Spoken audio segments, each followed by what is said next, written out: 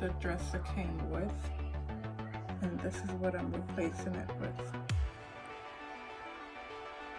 Okay, so I'm just gonna replace this one with this so that it looks like this is what it's gonna look like.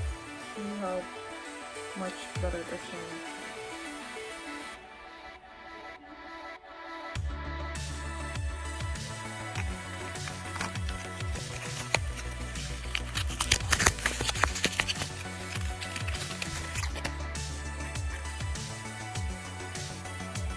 So I need a screwdriver, the knob, and then the knob came with these nails.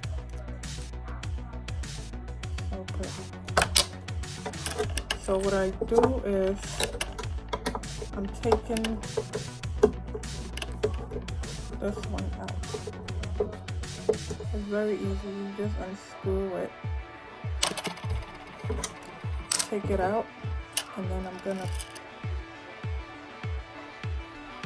put this in.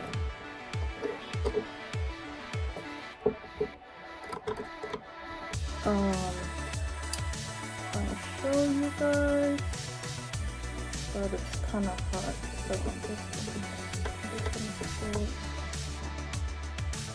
This is the final view. As you can see, it looks so pretty.